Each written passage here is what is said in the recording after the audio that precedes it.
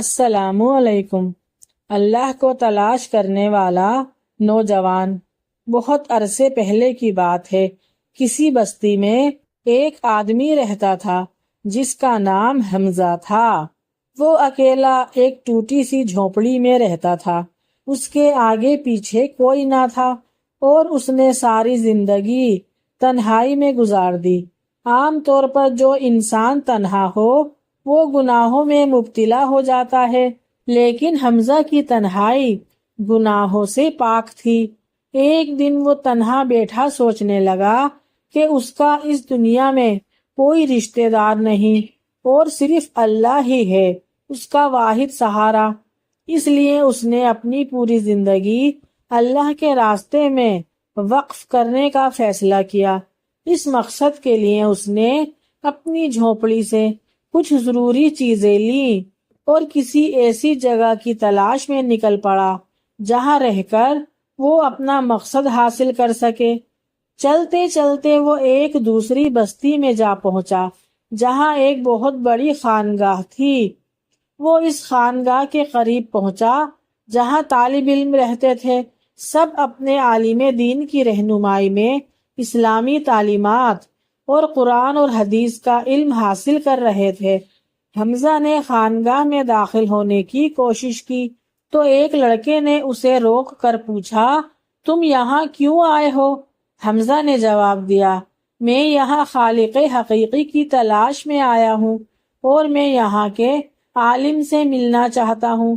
لڑکے کو حمزہ کی بات تھوڑی عجیب لگی، پھر وہ کچھ سوچ کر کہنے لگا، ٹھیک ہے، سیدھے چلے جاؤ، عالم ایک بڑے درخت کے نیچے بیٹھے ہیں، جا کر ان سے مل لو، سب انہیں درویش کہتے ہیں۔ حمزہ نے اس لڑکے کا شکریہ ادا کیا اور سیدھا چل پڑا۔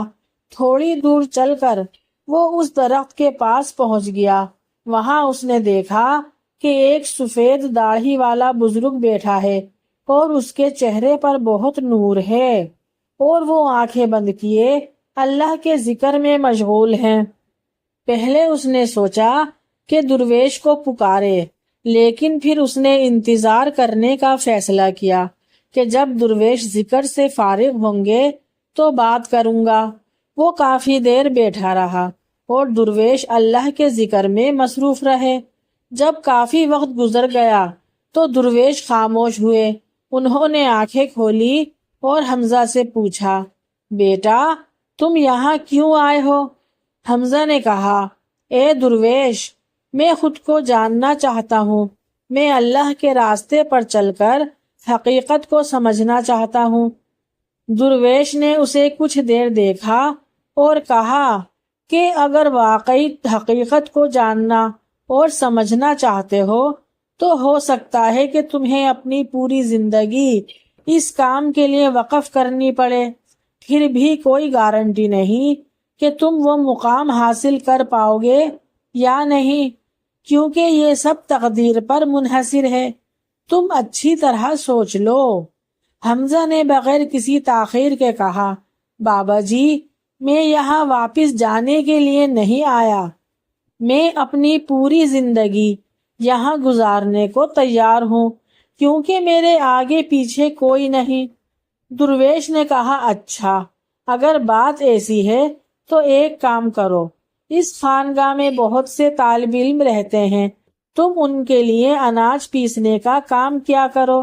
یہ کام تمہیں صبح سے شام تک کرنا ہوگا، دن میں 5 وقت کی نماز پڑھنی ہوگی اور کام کرتے وقت اللہ کا ذکر کرتے رہنا ہوگا، اور جب تھک جاؤ تو سو جانا، اور اپنے پورے دن کو نبی صلی اللہ علیہ وآلہ وسلم کی سنت کے مطابق گزارنا ہوگا، اور پھر اگلی صبح اٹھ کر دوبارہ اناج پیسنا شروع کر دینا۔ اس کے علاوہ کچھ نہ کرنا اور نہ ہی سوچنا، بس اسی راستے پر چلتے رہو اور میرے پاس کبھی نہ آنا۔ جب تمہیں میری ضرورت ہوگی تو میں خود تمہارے پاس آؤں گا۔ حمزہ نے درویش کے حکم کی تعمیل کی اور اناج پیسنا شروع کر دیا۔ خانگاہ میں طالب علموں کی تعداد زیادہ ہونے کی وجہ سے کھانے کی ضرورت بھی زیادہ تھی، اس لیے وہ صبح سویرے اٹھتا، نماز پڑھتا اور شام تک اناج پیستا رہتا۔ جب وہ پوری طرح تھک جاتا تو اسی کمرے میں سو جاتا جہاں وہ اناج پیستا تھا۔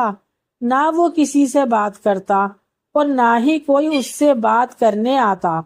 وہ اناج پیستا رہتا اور اناج پیستے وقت اس کے ذہن میں پرانے خیالات آتے، اور جب ان خیالات سے کچھ حاصل وصول نہ ہوتا تو وہ خیالات آہستہ آہستہ غائب ہونا شروع ہو گئے، اور وقت گزرنے کے ساتھ ساتھ اس کے ذہن کے خیالات کم ہونا شروع ہو گئے۔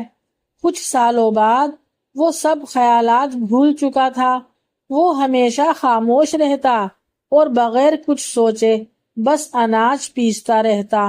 وہ صرف اللہ کا ذکر کرتا یا نماز پڑھتا۔ اس کے ذہن میں دنیاوی معاملات کے بارے میں کوئی خیال نہ تھا۔ وہ کبھی خانگاہ سے باہر نہ گیا تھا، اس لیے اسے باہر کی دنیا بھول گئی۔ خانگاہ کے دوسرے طالب علم اسے بیوقوف سمجھتے تھے۔ اسی طرح 12 سال گزر گئے۔ ایک دن اچانک درویش نے اعلان کیا کہ میرا آخری وقت قریب آ رہا ہے، اس لیے میں اپنا جانشین چننا چاہتا ہوں جو میرے بعد اس خانگاہ کی دیکھ بھال کرے۔ جو بھی طالب علم یہ سمجھتا ہو کہ اس نے اللہ سے کچھ حاصل کیا ہے اور اس کی قربت کو پا لیا ہے، وہ رات کو میری کٹیا کے باہر آ کر دیوار پر کچھ لکھے۔ بہت سے طالب علموں نے اس بارے میں سوچا۔ خانگاہ کے ایک قابل طالب علم جس نے اسلامی تعلیم اور فقہ میں گہری معلومات حاصل کی تھی، اس نے درویش کی کٹیا کی دیوار پر چند جملے لکھے۔ دوسرے طالب علموں کو بھی لگا کہ وہی درویش کا اصل جانشین ہے۔ اس نے لکھا تھا کہ ذہن ایک آئینے کی مانند ہے جس پر خیالات اور خواہشات کی گرد جم جاتی ہے۔ ذکر اور عبادت اس گرد کو صاف کرتے ہیں اور ذہن کا آئینہ دوبارہ صاف ہو جاتا ہے اور وہ شخص اللہ کی رحمت پا لیتا ہے۔ اگلی صبح جب درویش نے وہ سطریں پڑھی تو وہ بہت غصے میں آ گئے اور بلند آواز میں کہا کہ یہ سب کس نے لکھا ہے؟ ان الفاظ میں آدھی سچائی ہے جو آخر میں لکھی گئی ہے۔ وہ طالب علم جس نے یہ لکھا تھا وہ خاموش کھڑا رہا، حالانکہ اس کے الفاظ علم سے بھرے ہوئے تھے، لیکن وہ کتابی الفاظ تھے۔ وہ طالب علم بہت ہوشیار تھا۔ اس نے دیوار پر لکھا تو تھا لیکن نیچے اپنا نام نہیں لکھا تھا، کیونکہ اسے خود یقین نہیں تھا کہ یہ درست بھی ہے یا نہیں۔ اس لیے درویش نے اس کے لکھے ہوئے کو رد کر دیا۔ اس بات نے سب کو حیران کر دیا اور یہ واقعہ پوری خانگاہ میں بحث کا موضوع بن گیا۔ پھر 2 لوگ حمزہ کے پاس سے گزر رہے تھے جو اسی بارے میں بات کر رہے تھے۔ وہ کہہ رہے تھے کہ جو شخص 12 سال پہلے یہاں آیا اور دن رات اناج پیستا رہتا ہے وہ اس پر ہنس رہا ہے۔ وہ دونوں اس کے پاس آئے اور اس کی ہنسی کی وجہ پوچھی، کیونکہ ان کی نظر میں وہ ایک عام سا شخص تھا۔ کسی نے اسے ذکر کرتے یا کوئی دینی کتاب پڑھتے نہیں دیکھا تھا۔ سب اسے بیوقوف سمجھتے تھے۔ وہ صرف اناج پیسنے کا کام جانتا تھا۔ دونوں نے دوبارہ اس سے ہنسی کی وجہ پوچھی تو حمزہ نے کہا کہ میں اس لیے ہنس رہا ہوں کہ درویش بابا نے بالکل ٹھیک کہا ہے، وہ بات واقعی آدھی سچی تھی۔ تو وہ دونوں دوبارہ حیران ہوئے اور انہوں نے اس سے کہا کہ تم اس دیوار پر ایسی سطریں لکھو جو دوسرے طالب علموں سے بہتر ہو۔ حمزہ نے کہا میں لکھ نہیں سکتا کیونکہ میں پڑھا لکھا نہیں ہوں، لیکن ہاں میں بول کر بتا سکتا ہوں۔ اگر تم وہاں لکھنے کو تیار ہو تو میں وہاں تمہارے ساتھ چل کر بتا سکتا ہوں۔ وہ دونوں اس کی بات مان گئے اور اسے درویش کی کٹیا کے پاس لے گئے۔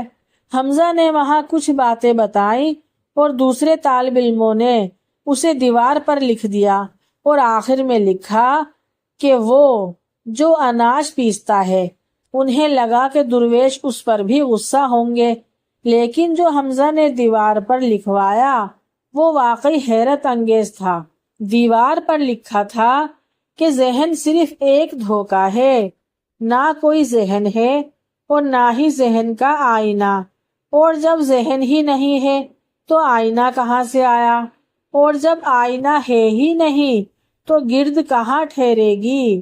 جو یہ سمجھ لے وہ اللہ کی قربت حاصل کر لیتا ہے اور صرف اللہ اللہ ہی کرتا ہے۔ جب درویش نے یہ پڑھا تو وہ آدھی رات کو اٹھے اور اس شخص کے پاس گئے جو اناج پیستا تھا۔ انہوں نے اسے نیند سے جگایا اور اپنی تسبیح اور جائے نماز دے کر اسے اپنا جانشین مقرر کیا۔ پھر انہوں نے اسے حکم دیا کہ اس خانگاہ کو چھوڑ کر کہیں دور چلے جاؤ، کیونکہ یہاں بہت سے طالب علم ایسے بھی ہیں جو خود کو تم سے بہتر سمجھتے ہیں۔ وہ یہ بات برداشت نہیں کر پائیں گے کہ ایک عام سا شخص جو سارا دن اناج پیستا ہے ان سے بڑا ہے۔ درویش نے کہا، تمہیں وہ ساری طاقت مل گئی جو میرے پاس تھی، اور یہ طاقت تم نے اناج پیستے ہوئے حاصل کی۔ مجھے یقین ہے تم جہاں بھی جاؤ گے لوگ خود تمہارے پاس آئیں گے، کیونکہ جب کوئی پھول کھلتا ہے تو اس کی خوشبو خود بخود ہر طرف پھیل جاتی ہے۔ حمزہ نے درویش کو گلے لگایا اور اجازت لے کر کل رات کو خانگاہ سے نکل گیا، اور اس کے خانگاہ سے چلے جانے کے بعد خانگاہ میں ایک عجیب سا ہنگامہ برپا ہو گیا۔ کسی کو یقین نہیں آ رہا تھا کہ حمزہ، جسے سب بیوقوف سمجھتے تھے، ایسی باتیں لکھ سکتا ہے، اور ایک نامعلوم اور عام سا لڑکا درویش کے طور پر چنا جائے گا۔ کچھ طالب علم جو خود کو اس سے بڑا سمجھتے تھے وہ اس بات پر غصے میں تھے۔ انہوں نے حمزہ کو خانگاہ میں ڈھونڈنے کی بہت کوشش کی، لیکن وہ کہیں نہ ملا۔ انہیں سمجھ آ گئی کہ وہ یہاں سے جا چکا ہے، اس لیے اسے ڈھونڈنا فضول تھا۔ ان کا غرور ٹوٹ گیا۔ وہ دو لڑکے جنہوں نے حمزہ کے بتائے ہوئے الفاظ کٹیا کی دیوار پر لکھے تھے وہ بھی حیران تھے، لیکن انہیں بھی اپنے آپ پر فخر ہونے لگا کہ اگر ان کے پاس حمزہ جیسا علم نہیں ہے، لیکن ہمیں یہ اعزاز حاصل ہے کہ ہم نے حمزہ کے بتائے ہوئے الفاظ کٹیا پر لکھے، اور یہ ہمارے لیے کافی ہے۔ پھر یوں ہوا کہ جب حمزہ خانگاہ سے نکلا تو اس کو سامنے نئی دنیا ملی، اور یہ دنیا اسے خوشی دینے کے بجائے الجھن میں ڈال رہی تھی۔ ہر منظر اسے اجنبی لگ رہا تھا، ہر چمک دمک اس کے دل پر بوجھ بن رہی تھی۔ اسے دنیا کی رنگینیوں سے ایک عجیب سی بے چینی محسوس ہونے لگی، جیسے یہ سب اس کے لیے نہیں تھا۔ وہ رات بھر خاموشی سے سفر کرتا رہا۔ وہ ایک منزل کی تلاش میں تھا۔ رات کی تاریکی سرد ہو گئی اور سڑک کی خاموشی اس کے اندرونی حال کی ساتھی بن گئی۔ آخر کار اس نے ایک جگہ مسجد دیکھی، اور وہ منظر جیسے اس کے لیے سکون کا پیغام لایا۔ اس کے قدم خود بخود مسجد کی طرف بڑھنے لگے۔ مسجد میں داخل ہو کر اس نے سکون سے وضو کیا۔ پانی کے ہر قطرے کے ساتھ اس کے دل کا بوجھ ہلکا ہوتا گیا۔ پھر اس نے تہجد کی نماز ادا کی اور اللہ کے ذکر میں مشغول ہو گیا، اور وقت گزرنے کا احساس تک نہ رہا۔ جب تک فجر کی اذان کی آواز نہ گونجی وہ مصلی پر ہی بیٹھا رہا۔ پھر اس نے جماعت کے ساتھ فجر کی نماز ادا کی اور نماز کے بعد مسجد میں لوگوں کی طرف متوجہ ہوا۔ اس نے نرم لہجے اور خلوص کے ساتھ ان سب کو اللہ کے راستے کی دعوت دی۔ اس نے نبی کریم صلی اللہ علیہ وآلہ وسلم کی تعلیمات کے مطابق زندگی گزارنے کا درس دیا۔ اس کے الفاظ کا اتنا اثر ہوا لوگوں پر کہ وہ پلک جھپکنا بھول گئے۔ وہ سب اس کے الفاظوں میں اس طرح ڈوب گئے جیسے پیاسا چشمے کے پانی میں ڈوب جاتا ہے، یعنی سیراب ہو جاتا ہے۔ آخر میں سب نے عزم کیا کہ وہ اس کی بتائی ہوئی نصیحت پر ضرور عمل کریں گے۔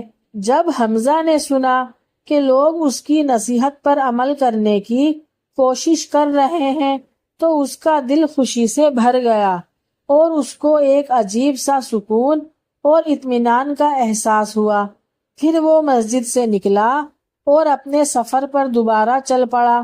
اس نے دل میں سوچ لیا تھا کہ اب وہ کسی ایک جگہ نہیں بیٹھے گا، بلکہ جہاں بھی جائے گا لوگوں کو اللہ کا راستہ دکھائے گا اور انہیں نیکی کی طرف بلائے گا اور گمراہ دلوں کو سچائی کا راستہ دکھائے گا۔ اسی طرح حمزہ نے اپنی باقی کی ساری زندگی سفر میں گزار دی، چاہے گاؤں ہو یا شہر، بازار ہو یا صحرا، جہاں بھی لوگوں سے ملاقات ہوتی اس نے محبت اور حکمت کے ساتھ ان کے دلوں تک اللہ کا پیغام پہنچایا۔ اس کی باتوں کا لوگوں پر اتنا اثر ہوتا کہ بہت سے لوگوں کو اس کی تبلیغ کی وجہ سے ہدایت ملی۔ بہت سے لوگ اپنے گناہوں والی زندگی کو چھوڑ کر نیک راہ پر چلنے لگے اور بے شمار لوگوں نے نیکی کا راستہ اپنا لیا۔ وہ نہ تو کسی دنیاوی نام کا طلبگار تھا اور نہ ہی کسی تعریف کا محتاج۔ اس کی زندگی کا صرف ایک مقصد تھا کہ اللہ کے بندوں کو اصلی خالق سے جوڑنا۔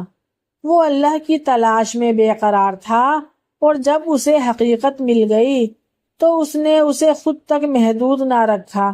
اس نے اللہ کا پیغام دنیا تک پہنچایا اور اسی دین کی خدمت میں اپنی زندگی کا چراغ بجھا دیا۔ اس کی زندگی اس بات کی گواہ تھی کہ اس نے علم حاصل کرنے کے بعد خود غرضی کا راستہ نہیں اپنایا، بلکہ اپنی ہر سانس کو دوسروں کی فلاح کے لیے وقف کر دیا۔ اب اگر ہم اپنی زندگی کو ایمانداری سے دیکھیں تو ہمیں احساس ہوگا کہ ہم میں سے اکثر یہ سمجھتے ہیں کہ ذکر یا عبادت صرف ایک جگہ بیٹھ کر یا آنکھیں بند کر کے اور الگ تھلگ ہو کر کی جا سکتی ہے، لیکن حقیقت اس سے بالکل مختلف ہے۔ ذکر چلتے پھرتے اور اپنا کام کرتے ہوئے بھی کیا جا سکتا ہے۔ در حقیقت ذکر کا مطلب بھی یہی ہے کہ جو کام آپ کر رہے ہیں اس میں ایسی شدت، توجہ اور خلوص پیدا کریں کہ آپ کو ارد گرد کا احساس بھی نہ رہے، جیسے کہ وہ لڑکا اناج پیسنے میں اس قدر مگن ہو گیا کہ اسے اپنے وجود کا احساس بھی نہ رہا، اور اسی حالت میں اس نے اللہ کی رحمت کو حاصل کیا۔ یاد رکھیں، ذہن تب تک رہتا ہے جب تک اس میں کوئی خیال یا سوچ باقی ہو۔ جب سارے خیالات ختم ہو جاتے ہیں تو ذہن بھی غائب ہو جاتا ہے۔ جب ذہن نہیں رہتا تو انسان اپنی حقیقت اور اپنے اللہ کو پہچان لیتا ہے۔ اسی لیے اللہ کی رحمت حاصل کرنے کے لیے ہمیں الگ سے وقت نکال کر عبادت کرنے کی پابندی نہیں، بلکہ جو کام بھی ہم کر رہے ہیں اس میں پورے دل سے گم ہونا ضروری ہے۔ اللہ کا ذکر کرنا ضروری ہے۔